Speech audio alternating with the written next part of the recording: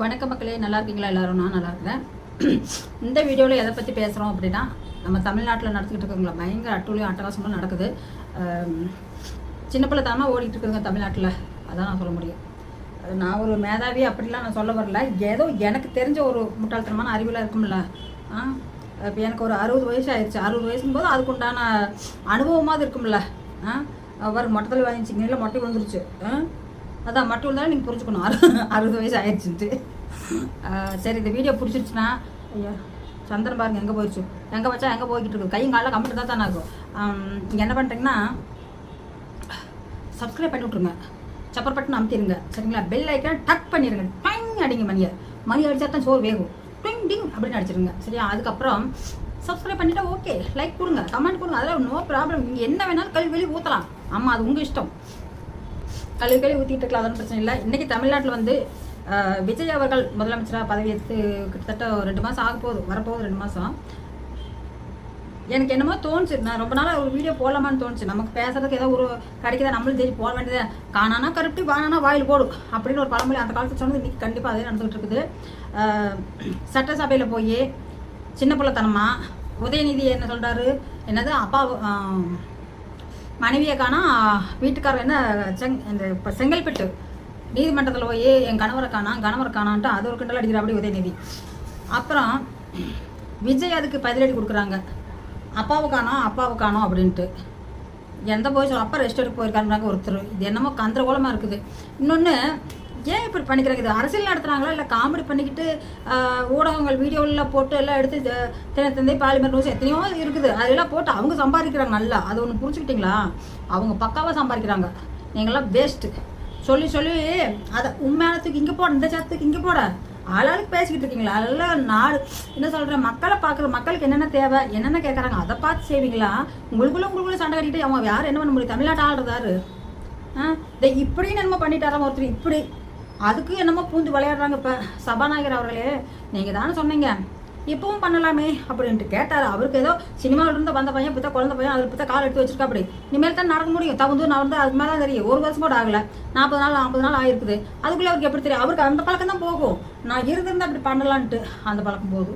நம்ம ஒன்றும் பண்ண முடியாது, நம்ம அதை எதுவும் செய்ய முடியாது. ஏன்னா செய்யறதுக்கு ஒரு தராதரம் வேணும், தகுதியும் வேணும். போட்டார். நீங்கள் இப்போ செய்யலாம், தப்புன்னு இல்லையா அப்படின்னாரு. இதென்னா சாக்கான்னு போட்டார். ஆனால் அவராவது யோசிச்சிருக்கணும், இது சொல்லாமல் சொல்லக்கூடாது. அவரும் யோசிக்கல. விளையாட்டு தானே தான். இப்போ மாரத்தான் ஓடினாங்க, போதைப்பொருள் இதெல்லாம் வந்து விழிப்புணர்வுக்காக பண்ணாங்க. அதில் விஜயம் சேர்ந்து கலந்து ஓடுறாரு. மக்கள் எல்லாம் என்ன நினச்சிட்டு ஓடிட்டு தெரியுங்களா? பின்னாடி என்னுடைய மக்களுடைய மைண்ட் வைஸ் நான் சொல்கிறேன். பின்னாடி ஓடுறதுலாம் சில பேர் பெண்கள் வந்து விஜய்க்கு இந்த பக்கம், அதுக்கப்புறம் பசங்களும் ஓடுறாங்க முன்னாடி. அவர் வந்து சென்டரில் போய் யாரும் வந்து தடுக்க முடியாத அளவுக்கு அவர் பாதுகாப்பாக கூட்டிகிட்டு போகிறாங்க. அதில் என்ன நினைப்பாங்க தெரியுமா? அவங்க மாரத்தான் போட்டியில் விஜய் வந்து நம்ம கூட ஒடியாராரு, வாங்கடா நம்மளும் போகலாம், பேரும் புகழும் கொட்டும் போகணும் அப்படின்ட்டு போகிறாங்க. எதுக்குங்க அப்படி? கண்டிப்பாக அவங்க அதை நினச்சிட்டு போகன்றிருக்கீங்க. விஜய் வர்றாரு, அவர் பெரிய ஒரு முதலமைச்சர், அவர் ஒரு நடிகர், நல்ல திறமையான மனிதர் அப்படின்னு உண்மைதான், அது இல்லைன்னு சொல்லல. ஆனால் அப்படியே நினச்சிட்டு ஓடுங்க. கடவுள்கிட்ட ஓம் நமசிவாயா மதுவு அந்த என்ன கஞ்சா குஞ்சா எல்லாம் போயிடும். அதை பண்ண மாட்டேங்கிறாங்க. கஞ்சா குஞ்சாலாம் கொஞ்சம் கொஞ்சமாக தான் போக வேண்டும். நம்மளால முடியாது. இந்த ரோட்டில் உட்காந்துருக்காங்க பாருங்க அப்பாவே, அவங்கள போய் நைட்டு தூங்குறாமல் எழுப்பி சோதனை பண்ணுறது, அப்புறம் அவங்க சொச்சா போயிருக்காங்களான்னு போய் எழுப்பி பார்க்குறது, இதெல்லாம் விட்டுட்டு பெரிய பெரிய விஐபி மாளிகையில் போய் உட்காருங்க நைட்டு. அங்கே தான் எல்லாமே நடக்கும் ஃபஸ்ட்டு. அதிலிருந்து தான் கீழே வரும். ஆனால் ரோட்டில் படுத்து கிடக்கிறவனுக்கும் மாளிகை வீட்டில் இருக்கிறவனுக்கும் கனெக்ஷன் இருக்கும். என்ன கனெக்ஷன்? மொபைல் கனெக்ஷன் இருக்கும். ஒன்று ஜியோவாக இருக்கும், இல்லைன்னா ஏர்டெல்லாக இருக்கும். அப்படி அந்த கனெக்ஷன் ஓடிக்கிட்டு இருக்கும். நீங்கள் சாதாரணமாக நினச்சா ரோட்டில் படுத்துருக்கவங்க தான் அத்தனை அரசியல் தெரியும். நீங்கள் ஒரு நாளைக்கு போய் கேட்டு பாருங்கள். ரோட்டில் ஒருத்தர் படுத்துட்டான்னு வச்சுக்கோங்க, ஒன்றும் தெரியாமல் ஒரு அசிங்கமாக போட்டுக்கிட்டு அங்கே தாங்க வினையே இருக்குது. ஒரு டைம் எனக்கு நல்லா ஞாபகம் வருது. நான் ட்ரெயினில் ராஜமந்திரியில் தான் எங்கள் ஊருக்கு போகிற ட்ரெயினில் வந்துக்கிட்டு இருந்தேன்.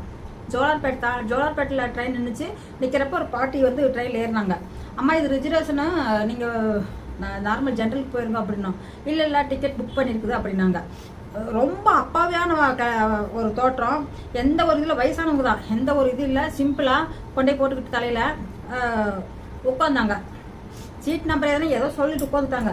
அதுக்கப்புறம் நாங்கள் ரொம்ப பரிதாபமாக இருந்துச்சுங்க. சாப்பாடு இட்லி வந்துச்சு, வயிறு பசிக்குது, சாப்பிட்டா ஆகும், என்ன பண்ணுறது புலம்புனாங்க. நாங்கள் சொன்னோம், ஏம்மா சாப்பாடு கொண்டுட்டு வரலையா, என்னாச்சு, வாங்கி கொடுக்கவா அப்படின்னு கேட்டோம். இல்லை பரவாயில்ல பார்த்துக்கலாம் அப்படின்னாங்க. அப்புறம் வந்து ஏதோ குழம்பிக்கிட்டு அவங்க பாட்டு போனுக்குன்னு எதுவுமே இல்லை. வந்தாங்க, ஒரு பை மட்டும் பிஸ்கட் கலரில் ஒரு பை பிடிச்சிருந்தாங்க. இன்னொரு பையில் வந்து வெத்தலை பாக்கு அந்த இதெல்லாம் இருந்துச்சு. ரொம்ப நேரமாக அந்த பை மட்டும் தான் வச்சுருந்தாங்க. அசால்ட்டாக தான் வச்சுருந்தாங்க. சரி ஏதாவது துணிமணி மூட்டை வச்சுக்க மாட்டேங்குது அப்படின்னு நாங்களும் துணி 2 மேலே போட்டிருந்தாங்க அப்படின்ட்டு அசால்ட்டாக இருந்துக்கிட்டோம். என்னென்னமா கொஞ்சம் சட்டம் பேசினாங்க, சட்டம் அது இதுன்னு ஏதோ பேசிட்டு வந்தாங்க. எனக்கு கொஞ்சம் கோவம் வந்துச்சு. எனக்கும் இன்னொரு லேடி அங்கே தான், அவங்களுக்குமே ஏன் இல்லாதெல்லாம் பேசிட்டு கிடைக்கிறீங்க, ஒரு சாப்பாடு கூட உங்களால் வாங்கி சாப்பிட முடியல, ஏன் இப்படியெல்லாம் பேசுகிறீங்க அப்படின்னு சொல்லி அவங்களுக்கு கேட்டாங்க. அதுக்கப்புறம் ஆமாம் நீங்கள் சாப்பாடு கூட இல்லையே வாங்கி கொடுத்தான்னு நான் கேட்டேன். இல்லை நீங்களாம் வாங்கி கொடுத்து நான் சாப்பிட மாட்டேன் அப்படின்னாங்க. நீங்கள் தான் சாப்பாட்டு காசு இல்லைன்னு சொன்னீங்களா, சரி வயிறு பசிக்கிறீங்க வாங்கி கொடுக்கலாம் அப்படின்னு பார்த்தா என்ன பண்ணாங்க தெரியுங்களா, பக்கத்தில் வந்து உட்காந்து அந்த பையில் இருந்து அந்த மேலே ஒரு பழைய சீலை மாதிரி போட்டு மூடினாங்க. 2-3 துணி எடுத்தாங்க. எடுத்துகிட்டே எங்ககிட்ட காமிச்சாங்க. பையை ஓப்பன் பண்ணி பார்த்தா கட்டுக்கட்டா பணம். அப்போல்லாம் 1000 தாள் 2000 தாள் இருந்தது பாருங்க. அப்போ கட்டுக்கட்டா நிற்கிது. மொத்தம் பை ஃபுல்லாக பணம். இவ்வளோ பெரிய பையில். எனக்கு காசு இல்லைன்னு நினைக்கிறீங்களா, எங்கள் பேரன் அவங்க வீடு கட்டுறாங்க, அதுக்கு நான் கொண்டு கொடுக்குறதுக்கு போகிறேன் அப்படின்ச்சு. பேரன் வீடு கட்டினா இது எப்படி இந்த பாட்டி ஒன்று அப்படித்தாங்க எப்படி, அது வந்து அரசியலில் வந்து மேலே உயரத்தில் இருக்கிறவங்க கீழே பாதாளத்தில் இருக்கிறவங்க கொண்டு கொடுத்து தான் வேலை பண்ணுவாங்க. இது நல்லா புரிஞ்சுக்கிட்டு நான் கட்டுக்கட்டாக வச்சுருக்குதுங்க. 50 ரூபா தாள் 10 ரூபா தாள் என்னென்ன வேணும் ஏற்று நான் வாங்கி சாப்பிட முடியாதா, ஏன் அப்படி சொன்னீங்க, நான் சாப்பிட முடியும், என்ன வேணாலும் பண்ண முடியும், அங்கே கொண்டு கொடுத்தா இத்தனை லட்சம் கொடுப்பாங்க, இத்தனை 1000 கொடுப்பாங்க அப்படிங்கிறாங்க. இது எங்கே போய் சொல்லிட்டு நான் உண்மையிலே சொல்கிறேன். ஒரு நல்ல விழிப்புணர்வாக புரிஞ்சுக்குங்க. ரோட்டில் போகிறவங்க பிச்சை எடுக்கிறாங்க அப்படின்னு சொல்லி ஏளனமாக நினச்சிடாதீங்க. அவங்க இருக்கிற அரசியல் தான் மெயின் அரசியல். இல்லை நீங்கள் பிடிச்சி பாருங்க, என்ன பெரிய பிச்சைக்கார வந்தீங்கன்னா அது கொடுக்குறோம் அப்படிலாம் கணக்கே போடுறாங்க. அங்கே தான் விலங்கமே இருக்குது சரிங்களா. உண்மையாக சொல்கிறேன். நான் நிறைய பார்த்துட்டு அதை பற்றி சொல்கிறேன். நான் இப்போ விஜய் வந்து இப்படின்ட்டாரு அப்படின்னு சொல்கிறதுல தப்பாக பேசிட்டாரு, அப்படி பேசிட்டாரு. சபாநாயகருக்கு வந்து விஜய் என்ன சொல்கிறாரு அப்படின்னு தெரியாது. விஜய்க்கே ஃபஸ்ட் தெரியாமல் இருந்திருக்கலாம். விஜய்க்கு வந்து நான் அவங்க இருந்தால் பண்ணலான்னு பார்த்தேன், இப்போ இல்லை அப்படிங்கும் போது அவர் சபாநாயகர் வந்து இல்லை இப்பவும் பண்ணலாம் பண்ணுங்க அப்படின்னாரு. சொல்லங்காட்டி விஜய் டக்குன்னு பண்ணிட்டு என்னன்னா ஆக்ஷன் அப்படின்னா அவர் ஆக்ஷன் காட்டுறவர் அந்த மைண்ட் இன்னும் கொஞ்சம் இருக்குது அவருக்கு. அதுக்குன்னு தூக்கி போட்டு முடிச்சு அவருக்கு ஒன்றும் தெரியாதெல்லாம் நினைக்க வேண்டாம். இருக்கும் அவருக்கு உண்டான திறமைகள், அவருக்கு உண்டான நல்லதை பார்த்துட்டு போய்கிட்டு இருக்காங்க. ஏதோ அங்கங்க ஏங்க 1000 அரிசியில் ஒரு அரிசி பழுத்து போச்சுன்னு என்னங்க பாட்டு போயிட்டு போதுங்க. ஒன்று தான் சொத்தையாக இருக்குது. மீது அரிசிலாம் சாப்பிட்டுக்கலாம். 999 அரிசி சாப்பிட்டுக்கலாம். ஒரு அரிசி தான் போயிட்டு விட்டுறலாம். அந்த மாதிரி ஏதோ சின்ன சின்னதெல்லாம் விட்டுருங்க. அதை விட்டுவிட்டு இதை நடவடிக்கை எடுக்கணும், உடனே எடுக்கணும். இது அரசியலுக்கு தகாத ஒரு இது. இருந்தாலும் விஜய் இப்படி பேசக்கூடாது. ஒருத்தர் சபாநாயகர் மேலே விஜய் 2 பேருக்கு மேலே கேஸ் போடுங்கிறாங்க. கோர்ட் உடனே தூக்கி ஓடுங்கிறாங்க. இது என்னடா இது, ஒரு சின்ன சின்ன வார்த்தையெல்லாம் பேசிக்கிட்டு கொண்டு தூக்கி போட்டிங்கன்னா தமிழ்நாட்டுக்குள்ள மக்கள் எங்கே போவாங்க? அதை யார் நிர்வகிக்கிறது? விஜய் தான் பொறுப்பு ஏற்றுக்கிட்டா. அப்படி அந்த பொறுப்புகள்லாம் அவர் தான் பார்த்துக்கணும். ஒரு விஷயம் மட்டும் இதில் சொல்லிக்கிறேங்க. விஜய் வந்து இப்போ 3 சாவை விட்டுட்டான்னா வெளியில் கூட்டிட்டு வரல. இப்போ அதுக்கடுத்து 2 சாவு வந்திருக்குது. 2 சாவுக்கும் இவர் மட்டும் தனியாக போயிட்டு வந்துட்டார். மக்கள் சொன்ன கருத்துக்கு கட்டுப்பட்டுக்கிட்டா. அப்படி வெளியில் கூட்டிட்டு வர நீங்கள் உள்ள என்னமோ பண்ணிக்கங்க. யாருங்க தப்பு பண்ணாமல் இருக்கிறாங்க?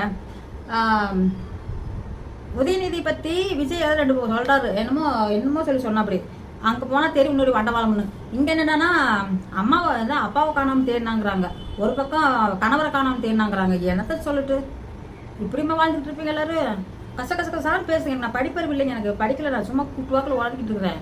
இல்லை ஒரு மனுஷன் ஏன் இப்படியெல்லாம் ரொம்ப திறந்தாழ்த்து ஒன்று பேசிட்டு குப்பை அள்ளி வீசி பண்ணிட்டு இருக்கிறீங்க? உங்கள் வேலை ஏதாவது பாருங்க. இப்படின்னா மட்டும் அது ஒன்றும் நடந்துட போகிறது இல்லை. எங்க சிபிர் வர அவரு சும்மா ஏதோ ஒரு அவங்க வந்து ரொம்ப நொய்னு உதயநிதி வந்து ரொம்ப நல்ல ஒரு காண்டாவே பேசுறாரு.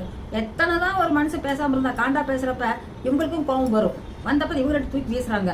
2 பேரும் மாற்றி வீசிக்கிட்டு இருந்தா தமிழ்நாட்டில் யார் வீசுறது? அது சொல்லுங்க முதல்ல. என்னடா அரசியல் நடக்குது? அரசியலா இது இல்லை. ஐயோ கிராமத்துக்கு பஸ் விட்டா அங்கே போச்சு இங்கே போச்சுன்னு சொல்லிக்கிறீங்க. இது என்னத்தான் நடக்குது ஒன்றுமே புரியல. சண்டை கட்டுறதுக்கே சார் டைம் போச்சு. நீ எப்படி அரசியல் வந்து தமிழ்நாட்டு மக்கள் எப்படி காப்பாற்றுவீங்க? ஒரு நடக்காத ஒரு இது ஏதோ நடக்குது அப்பப்போ, அதை எப்படி சரி பண்ணுவீங்க? சண்டை போட்டுகிட்டே போய்கிட்டு இருக்குது. சண்டையெல்லாம் நிறுத்தி போட்டு கொஞ்சம் கப்பு சுப்பு நல்லா இது போட்டு கரெக்டாக லெவல் பண்ணிட்டு போய்கிட்டு இருங்க. பல அறிவுகள் சொல்கிறீங்க, அதை செய் இதை செய், நீ நல்லதே செய் போ அப்படின்ட்டு. யார் பண்ணுறாங்க அதை? ஒருத்தரும் கடைப்பிடி அவங்களுக்கு என்னென்ன தோணும் அதை மட்டும் பண்ணுறாங்க. வேறு எந்த இதுவும் இல்லை. உலகத்தில் வந்து மனித பிறவினா ஒவ்வொருத்தரும் ஒவ்வொரு குணம் இருக்கும். அதை பண்ணிட்டு போய்கிட்டே இருக்கிறாங்க. நம்ம யாருங்க சொன்னக்காயே?